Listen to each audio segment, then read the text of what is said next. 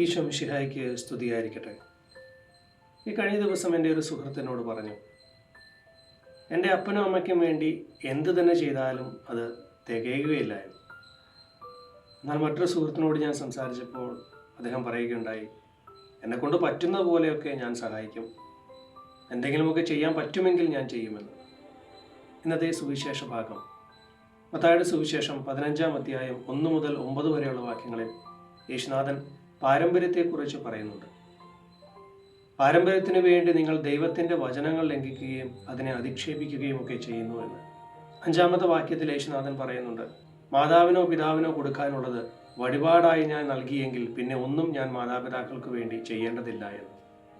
സ്നേഹമുള്ളവരെ, മാതാപിതാക്കൾക്ക് വേണ്ടി എന്തു തന്നെ ചെയ്താലും എത്രമാത്രം നൽകിയാലും അതൊന്നും തികയുകയില്ല. കാരണം അവരിലൂടെയാണ് നാം ഇന്ന് ഈ ലോകത്തിൽ ജീവിക്കുക. അതുകൊണ്ട് തന്നെ ആവാം യേശുനാഥൻ സുവിശേഷത്തിൻ്റെ അവസാന ഭാഗത്തിൽ പറയുക, ഈ ജനം അധരം കൊണ്ട് എന്നെ ബഹുമാനിക്കുകയും എന്നാൽ ഇവരുടെ ഹൃദയം എന്നിൽ നിന്ന് ഒത്തിരിയേറെ ദൂരെയാണ് എന്ന്. നമുക്ക് ചിന്തിക്കാം. പാരമ്പര്യങ്ങളെ മുറുകെ പിടിച്ചുകൊണ്ട് ജീവിക്കുമ്പോൾ നമ്മിലെ നന്മയുടെ മൂല്യങ്ങൾ നഷ്ടപ്പെടാതിരിക്കുവാൻ നമുക്ക് പരിശ്രമിക്കാം. ദൈവം അനുഗ്രഹിക്കട്ടെ. ആമേൻ.